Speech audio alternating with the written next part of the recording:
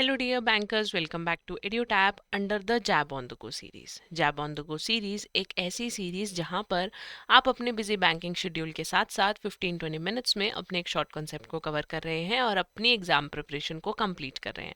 हमारा आज का topic lecture number 23 core banking system से रिलेटेड रहेगा। Computerise accounting core banking system के बारे में हम आज समझेंगे। But before starting the topic, आपकी एग्जाम प्रिपरेशन के लिए प्रीवियस ईयर क्वेश्चंस बहुत ही इंपॉर्टेंट है। So we have prepared a document. इस डॉक्यूमेंट में मई 2023 से लेकर अब तक के previous year questions along with important concepts included है। इस डॉक्यूमेंट को अवेल करने के लिए डिस्क्रिप्शन बॉक्स में दिए गए लिंक पर क्लिक कीजिए और फ्री ऑफ कॉस्ट इस डॉक्यूमेंट को अपने डिवाइस में अवेल कर मैक्सिमम प्रीवियस ईयर क्वेश्चंस की प्रैक्टिस कीजिए और अपनी एग्जाम प्रिपरेशन को और भी ज़्यादा फ्रूटफुल बनाइए।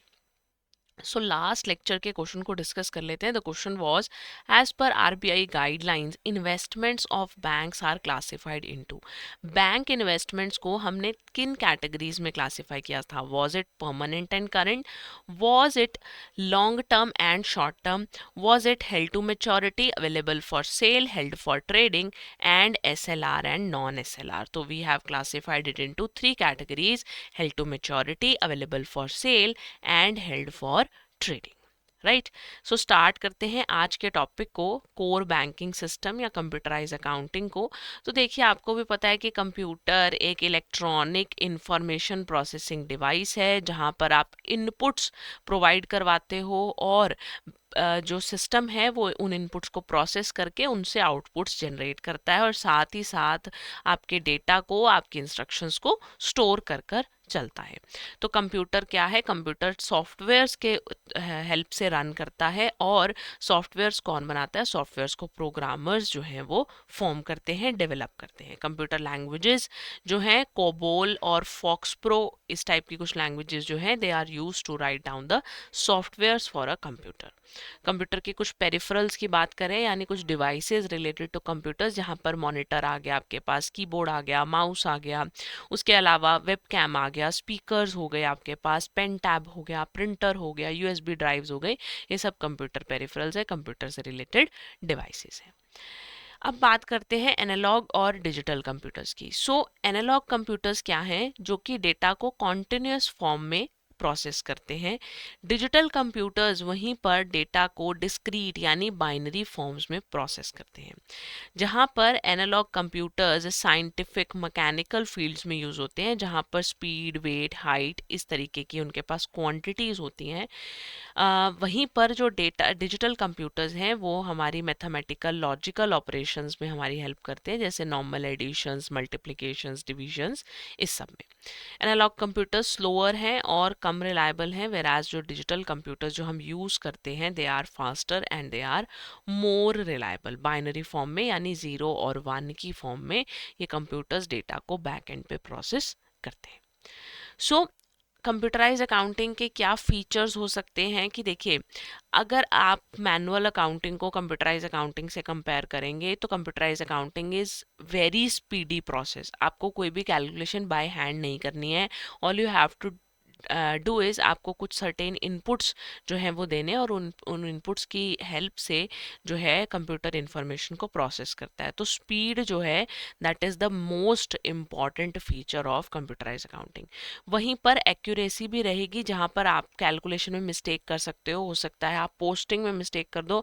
एक जगह आपने एक अमाउंट 435 लिखा था, पोस्टिंग करते हुए उसे आपने 453 लिख दिया, तो एक्यूरेसी का इशू ह्यूमंस में यूजुअली रहता है। वेयर एज जो कंप्यूटराइज अकाउंटिंग है, वहाँ पर एक्यूरेसी को लेकर भी आपके जो इश्यूज हैं वो कंपैरेटिवली कम होंगे।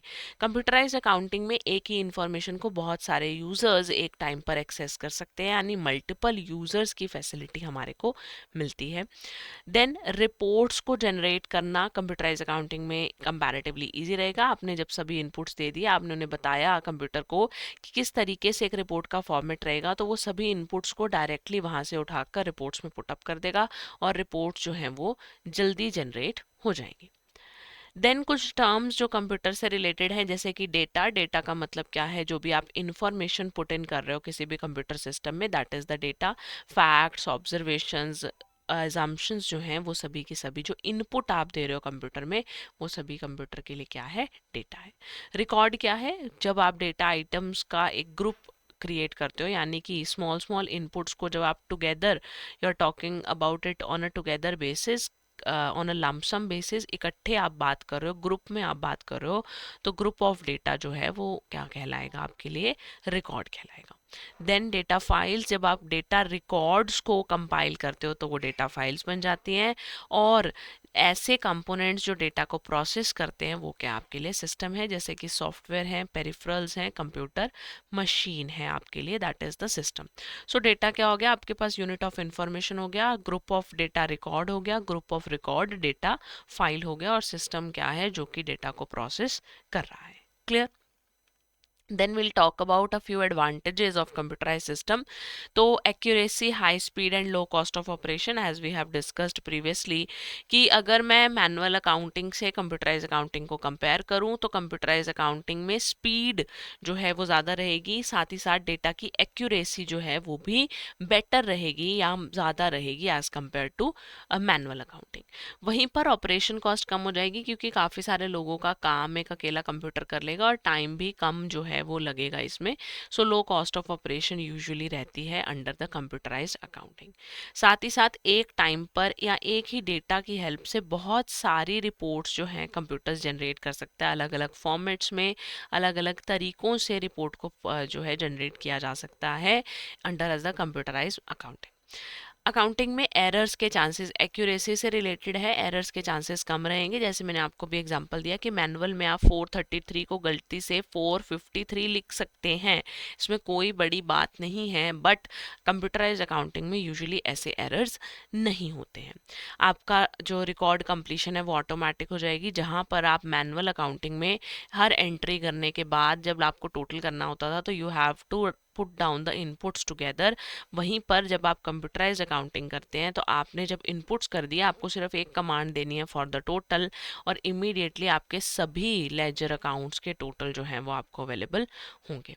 और मल्टीपल सेट्स जो हैं वो आपको किसी भी डॉक्यूमेंट के मिल जाएंगे। अगर आप मैनुअल प्रिपरेशन करते हो तो आपके पास सिंगल सेट होगा, लेकिन कंप्यूटराइज अकाउंटिंग में आप मल्टीपल प्रिंट आउट्स जो हैं वो अवेल कर सकते हो of one single document. Disadvantages की अगर मैं बात करूं तो कंप्यूटराइज अकाउंटिंग करने के लिए स्पेशल नॉलेज चाहिए।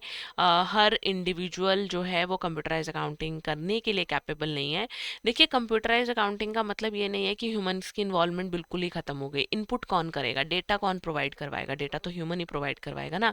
सो आपके लिए प्रोफेशनल्स की ज़रूरत पड़ती है in order to run a system of computerise accounting. Staff qualified होना चाहिए, जो स्टाफ इस काम के अंदर इन्वॉल्व होगा, कंप्यूटराइज अकाउंटिंग में इन्वॉल्व होगा, उस स्टाफ को इन्फॉर्मेशन भी होनी चाहिए कि किस तरीके से रिकॉर्डिंग जो है वो कंप्यूटर में की जाती है। कॉस्टली रहता है थोड़ा सा कंप्यूटर पेरिफेरल्स अरेंज करना, कंप्यूटर सिस्टम्स अरेंज करना, हर इंडिविजुअल को, हर स्टाफ एम्प्लॉय को एक सिस्टम प्रोवाइड करवाना इज़ अ कॉस्टली अफेयर। और वहीं पर आपको साथ साथ बैकअप लेना बहुत ज़रूरी है, बिकॉज मान लीजिए पावर कट हो गया या फिर कुछ ऐसी सिचुएशन आ गई कि सिस्टम हैंग हो गया, तो आपके पास अगर बैकअप नहीं है तो आपका डेटा जो है वो लूज भी हो सकता है, आप उस डेटा को खो भी सकते हो। और सिक्योरिटी का थ्रेट हमेशा रहेगा कंप्यूटराइज अकाउंटिंग में, जहां इसका फ़ायदा है कि इसको एक टाइम पर मल्टीपल यूजर्स एक्सेस कर सकते हैं, वहीं पर this is a drawback as well कि सिक्योरिटी का इशू रहेगा अगर इसे एक साथ बहुत सारे यूजर्स एक्सेस कर कर चलेंगे। कंप्यूटराइज अकाउंटिंग सॉफ्टवेयर्स की अगर मैं बात करूं तो ये कुछ सॉफ्टवेयर्स हैं जैसे कि tally, ERP9, Infosys Finacle, TCS banks. उसके बाद आपके पास फ्लेक्स क्यूब आ जाएगा, सैप, ओरेकल या माइक्रोसॉफ्ट डायनामिक्स है। क्विक बुक्स अकाउंटिंग सॉफ्टवेयर है। ये सभी के सभी कंप्यूटराइज अकाउंटिंग सॉफ्टवेयर है जिनकी हेल्प से आप अकाउंटिंग को कंप्यूटर सिस्टम के ऊपर कर पाते हो। तो कुछ फंक्शंस हैं कंप्यूटराइज अकाउंटिंग के कि स्टैट्यूटरी बुक्स मेंटेन की जा सकती हैं, रिपोर्ट्स जनरेट की जा सकती हैं, फॉरेक्स यानी money foreign exchange conversion easily की जा सकती हैं, क्लोजिंग स्टॉक की वैल्यूएशन करना आसान रहेगा, हेड ऑफिस ब्रांच ऑफिस के अकाउंट्स को आप सेपरेटली और ऑल टुगेदर एक साथ मेंटेन कर सकते हो, trial balance financial statement consolidated level पर बनाना ईजी रहेगा। पहले क्या है कि ब्रांच से इंफॉर्मेशन हेड ऑफिस में जाएगी एंड देन हेड ऑफिस उसे सम अप करेगा। नाउ व्हाट इज इट कि जैसे ही ब्रांच का डेटा कंप्लीट हुआ उसने अपने सिस्टम में सभी एंट्रीज करी, कंप्यूटर सिस्टम थ्रू कंप्यूटराइज या कोर बैंकिंग जो सिस्टम है हमारा उसकी हेल्प से डेटा को वहां से उठाएगा, हेड ऑफिस के डेटा के साथ या दूसरे डेटास के साथ कंसोलिडेट करेगा और एक कंप्लीट कंसोलिडेटेड रिपोर्ट जो है वो आपको बनाकर दे देगा। और आपको area wise, entity wise, product wise हर तरह की क्लासिफिकेशन में आप प्रॉफिट अर्निंग को, रेवेन्यू जनरेशन को, लोन डिस्बर्समेंट को, हर चीज़ को क्लासिफाई कर सकते हो, हर तरीके की रिपोर्ट आप जनरेट कर सकते हो। And if we discuss about the scope तो कंप्यूटराइज्ड बैंक ऑपरेशंस जो हैं वो रहते हैं हमारे, कि जो भी हमारे बैंकिंग फंक्शंस है, छोटे से छोटा और बड़े से बड़ा फंक्शन, जहाँ पर आप डिपॉजिट्स एक्सेप्ट करते हो, डिपॉजिट्स लोन्स डिस्पर्स करते हो, चेक्स क्लियरेंस का ऑपरेशन है, ये सभी के सभी जो बैंकिंग फंक्शंस है ये कंप्यूटराइज हो गए हैं। अब जब भी एक ट्रांजेक्शन एक टर्मिनल पे एंटर की जाती है, ट्रांजेक्शन रिकॉर्ड हो जाती है, वेरीफाई हो जाती है और ऑथेंटिकेट हो जाती है on an instant basis with the help of computers, right. Computerise accounting है। अब आपको अकाउंटिंग भी जो सिस्टम सॉफ्टवेयर हैं वो इस तरीके से डिज़ाइन किए गए हैं कि आप ट्रांजेक्शन्स को एरर फ्री उसमें पहले पुट इन करते हो, एरर फ्री फीड करते हो, तो आपकी जो सिस्टम है वो उन ट्रांजेक्शन को प्रोसेस कर कर उसे वैलिडेट कर कर अकाउंटिंग एंट्रीज जो है वो जनरेट खुद से ही कर देता है। सॉफ्टवेयर ही इसी तरीके से डिज़ाइन किए गए हैं कि एंट्रीज आपकी ऑटोमेटेड हो जाती हैं, राइट। फिजिकल वाउचर्स प्रिपेयर नहीं किए जाते हैं, मोस्ट ऑफ द केसेस में फिजिकल वाउचर्स की प्रिपरेशन नहीं होती है। वैसे भी यू हैव प्रीवियसली स्टडीड कि जब भी बैंकिंग में ट्रांजैक्शंस की जाती हैं तो बैंकिंग में डायरेक्ट जो है वो लेजर पोस्टिंग की जाती है, डे बुक मेंटेन नहीं की जाती है। तो फिजिकल वाउचर्स यूजुअली बैंकिंग में प्रिपेयर नहीं किए जाते हैं, सीधा सिस्टम पे रिकॉर्डिंग होती है और बाद में उसकी हार्ड कॉपीज जो हैं वो निकाल ली जाती हैं और ऑडिट के लिए उन हार्ड कॉपीज को मेंटेन कर कर रखा जाता है। Clear? Then we'll talk about deposit accepting. जैसे बैंक्स के लिए पहले डिपॉजिट्स आपको मैनुअल बेसिस पर करने पड़ते थे, अब आप डिपॉजिट्स जो हैं अपने अकाउंट की ऑपरेशन जो है वो कहीं पर भी कर सकते हैं with the help of computers. आप एक्सेप्टेंस का जो रिकॉर्ड है, ऑपरेशंस का जो रिकॉर्ड है या जो विड्रॉल्स का रिकॉर्ड है, वो सारा का सारा रिकॉर्ड क्या हो चुका है, अब कंप्यूटराइज्ड हो चुका है, राइट। तो आपके पास जैसे आपको मतलब बैंक को रिमाइंडर्स भेजने पड़ते हैं कस्टमर्स को for the renewal, for the interest credit, for the interest charge और any kind of bank charges made by the bank, तो वो सभी के सभी जो हैं वो ऑटो जनरेटेड हैं। अब वो शॉर्ट स्पैन ऑफ टाइम में इनको जनरेट कर कर मल्टीपल यूजर्स के पास इंफॉर्मेशन या मैसेज जो है वो एक साथ चला जाता है। देन इज़ अबाउट लेंडिंग, जहाँ पर आप इंटरेस्ट चार्ज करने की हम बात कर रहे हैं, लोन डिस्बर्समेंट की बात की जा रही है, आपके बोरोइंग अकाउंट्स की इंस्पेक्शन की बात की जा रही है, वो सब जो है दैट इज़ ऑल कंप्यूटराइज्ड और इजीली क्विकली जो लेंडिंग का प्रोसेस है that is completed using computerised accounting. Post that automated banking हो गई है, एटीएम्स अवेलेबल हैं जहां पर आप कैश, चेक जो है वो डिपॉजिट करा सकते हो, आप कैश वहां से विड्रॉ करा सकते हो, अपने बैंक अकाउंट से किसी और के बैंक अकाउंट में अमाउंट ट्रांसफ़र कर सकते हो, बैलेंस चेक कर सकते हो, that too on a 24/7 basis. Previously क्या होता था कि आपको बैंकिंग आवर्स में ही ये सब ऑपरेशंस करने पड़ते थे और that too after going to a bank, है ना। तो अब ये सभी ट्रांजेक्शन्स क्या है, ऑटोमेटेड है, एटीएम्स के थ्रू ही ये सारी ट्रांजेक्शन्स हो जाती हैं। एटीएम ट्रांजेक्शन्स जो हैं वो कंप्यूटर्स की हेल्प से ही पॉसिबल हो पाई हैं कि वो ट्रांजेक्शन्स ऑटोमेटिकली आप कहीं से भी एक्सेस कर सकते हो। देन रेमिटेंसेस की बैंक को अगर मनी रेमिट करनी है through RTGS, NEFT, demand draft और आईएमपीएस, तो आप किसी भी बैंक से फंड्स जो हैं वो अरेंज कर सकते हो। रेमिटेंस का प्रोसेस, ये नेफ्ट और आरटीजीएस वगैरह का जो प्रोसेस है ये भी कंप्यूटराइज बैंकिंग की वजह से फास्टर हो चुका है।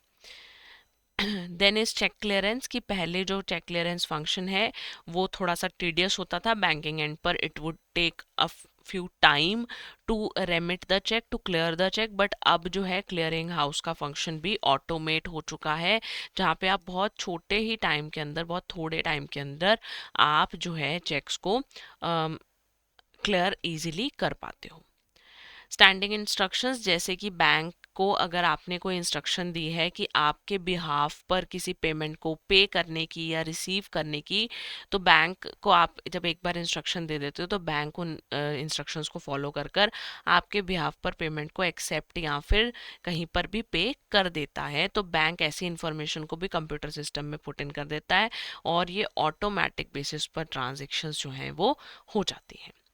इसके अलावा सेंट्रलाइज्ड बैंकिंग है, कोर बैंकिंग है, जहाँ पर कंप्यूटर्स कनेक्टेड हैं with the help of internet. तो एक फैसिलिटी जो आप एक ब्रांच से अवेल कर रहे हो, सेम फैसिलिटी आप किसी और बैंक ब्रांच से भी जाकर अवेल कर सकते हो, only because of the core banking और you can say centralised banking system. Clear? Centralise infrastructure की ज़रूरत क्यों है? देखिए, डिसेंट्रलाइज इंफ्रा के टाइम पर क्या था, कैपिटल एक्सपेंडिचर बहुत करना पड़ता था, रिसोर्सेज बहुत ज़्यादा चाहिए थे, क्योंकि कस्टमर डीलिंग जिस बैंक के अंदर ज़्यादा अकाउंट्स होंगे वहाँ पर ज़्यादा ह्यूमन रिसोर्सेज को आपको डिप्लॉय करना पड़ेगा, सो दैट ह्यूमंस की जो भी आपके कस्टमर्स हैं उनकी रिक्वायरमेंट टाइम पर पूरी हो सके, उन्हें सर्विस टाइम पर मिल सके। कोऑर्डिनेशन नहीं था बिटवीन द बैंक ब्रांचेस या बिटवीन टू डिफरेंट बैंक्स, तो एक सेंट्रल कंट्रोल पॉइंट जो है उसकी एब्सेंस भी एक प्रॉब्लम थी डिसेंट्रलाइज इंफ्रा के टाइम पर। और साथ ही साथ एप्लीकेशंस को अपडेट करना, इंफॉर्मेशन को अपडेट करना was a tedious task, because वो आपको इंडिविजुअल बैंक के अंदर ही अपडेट होता था, कहीं और जाकर अपडेट नहीं होता था। Then came centralise data centres, जहाँ पर नेटवर्क की हेल्प से ऑपरेशंस का जो काम है, एडमिनिस्ट्रेशन का जो काम है, that was simplified, and the core banking application, जहाँ पर कंप्लीट ऑटोमेशन हो चुकी है, फ्रंट एंड पर भी एंड बैक एंड पर भी। The automation is not only for you, it is for the bankers as well. जो बैंकर्स बैक एंड पर बैठकर आपके अकाउंट्स को मेंटेन कर कर चल रहे हैं, उनके लिए भी बहुत सारी चीज़ें अब ऑटोमेट हो चुकी हैं।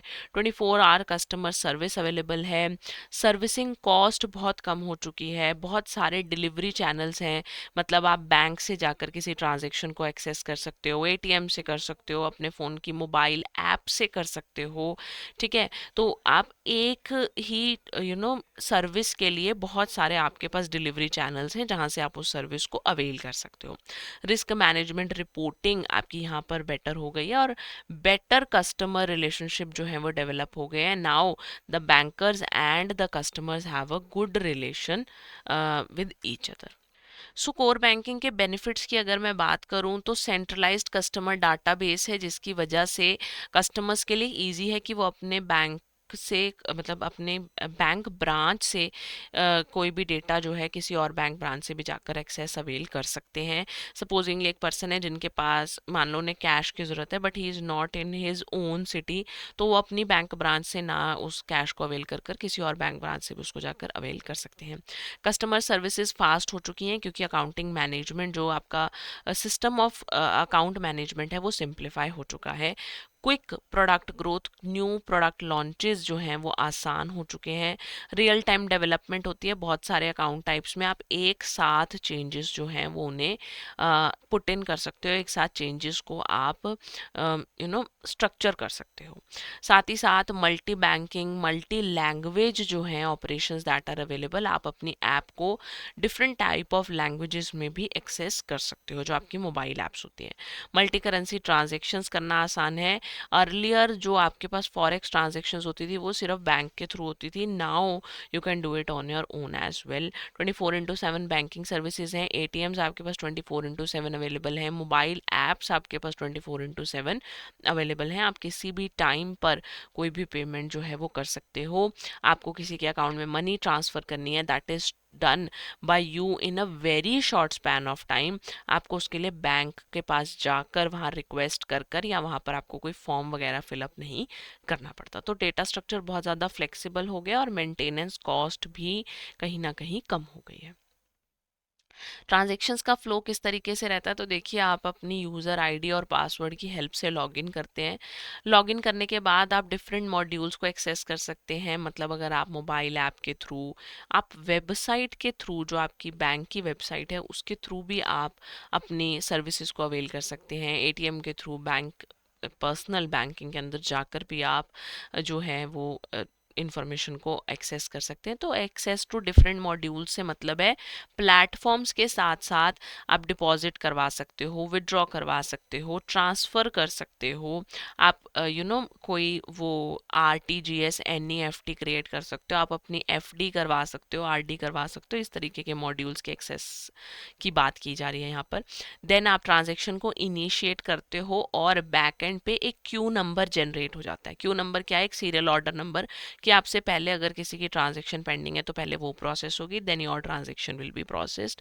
और बैकएंड पे वो सुपरवाइजर उसको ऑथराइज करता है क्यू मैनेजमेंट मॉड्यूल की हेल्प से, और ट्रांजेक्शन वैलिडेट हो जाती है, आपके पास उसका रिजल्ट आ जाता है कि आपकी ट्रांजेक्शन जो है वो कंप्लीट हो चुकी है। Then is omni channel banking. What is omni channel banking? Same set of services आपको अलग अलग चैनल्स पर जब अवेलेबल होंगी, चाहे वो डिजिटल चैनल हो चाहे वो फिजिकल चैनल हो, that is omni channel banking. जैसे हम बात कर रहे थे कि विड्रॉल की सर्विस है ना, या डिपॉजिट की सर्विस है, ट्रांसफ़र की सर्विस है, वो आपको एटीएम से मिल जाती है। That service you can avail with your mobile app as well. आप बैंकिंग ऐप वेबसाइट से भी उसको अवेल कर सकते हो, उस सर्विस को आप बैंक जाकर भी अवेल कर सकते हो। तो एक ही तरीके की सर्विस जो है आपको अलग अलग चैनल्स पर अवेलेबल है। यूज़र सभी बैंकिंग सर्विसेज को website, mobile app, bank branch, call centre या सोशल मीडिया प्लेटफॉर्म्स पर भी एक्सेस कर सकते हैं। ओमनी चैनल बैंकिंग क्या है? डेटा को रियल टाइम में सिंक्रोनाइज कर देता है। यहाँ पर आपके डेटा, जैसे ही आपने मान लीजिए अपने मोबाइल ऐप से कोई ट्रांजैक्शन की, it will be reflected everywhere. अगर आप वेबसाइट खोलकर अकाउंट एक्सेस करेंगे वहाँ पर भी वो रिफ्लेक्ट होगी, अगर आप बैंक ब्रांच में जाकर इंफॉर्मेशन निकालना चाहेंगे तो वहाँ पर भी वो इंफॉर्मेशन रियल टाइम में पहुँच जाएगी। उसके अलावा कस्टमर रिटेंशन जो है इसकी वजह से बहुत ज़्यादा बढ़ गई है, ऑनबोर्डिंग प्रोसेस बहुत ज़्यादा सिंप्लीफाई हो गया, मार्केट परफॉर्मेंस भी इम्प्रूव हो गई है।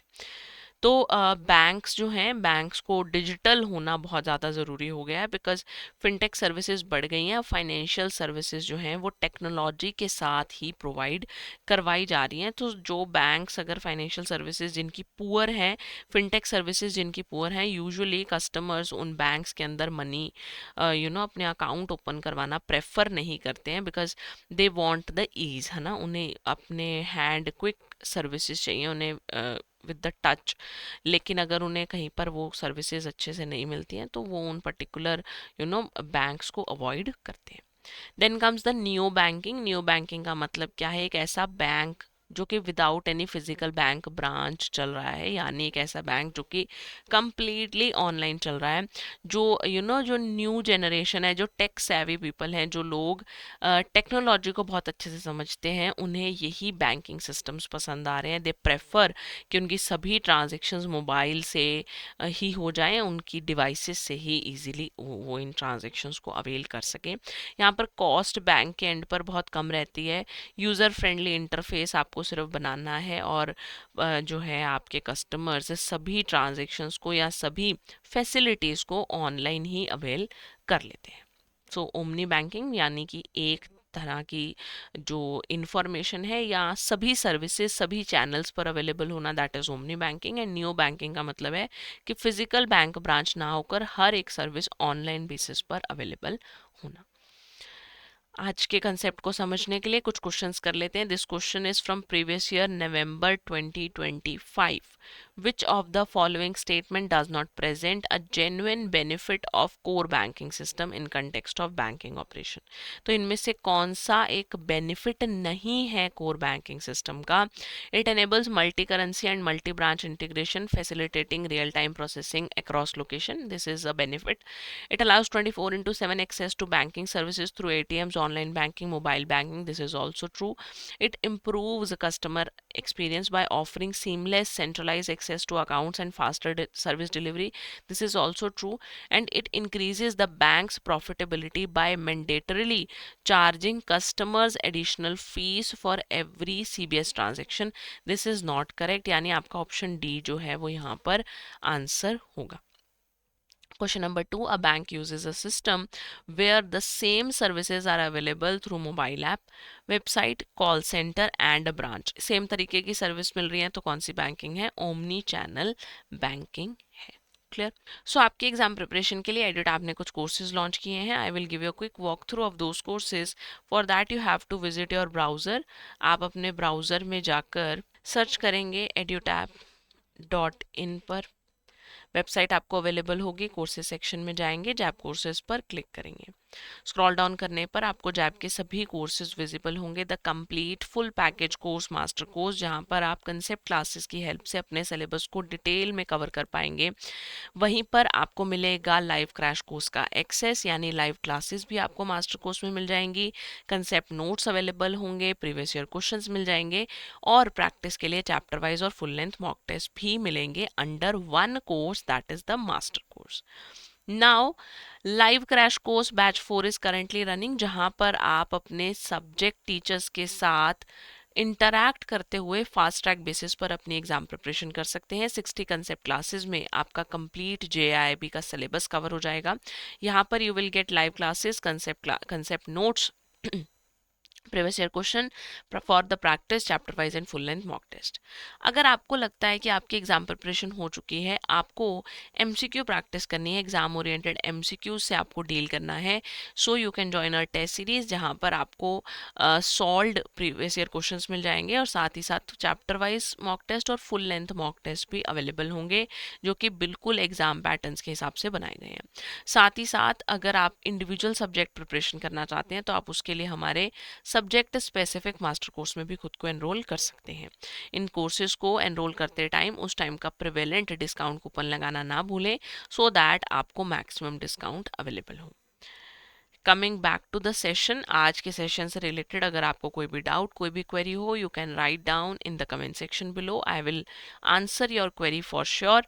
साथ ही साथ कोई और डाउट हो या क्वेरी के लिए आप हमें कॉल कर सकते हैं और इवन ईमेल कर सकते हैं hello@edutap.co.in पे। सो मिलते हैं जैब ऑन द गो के अगले सेशन में। पढ़ाई जहाँ रुकती नहीं, साथ चलती है।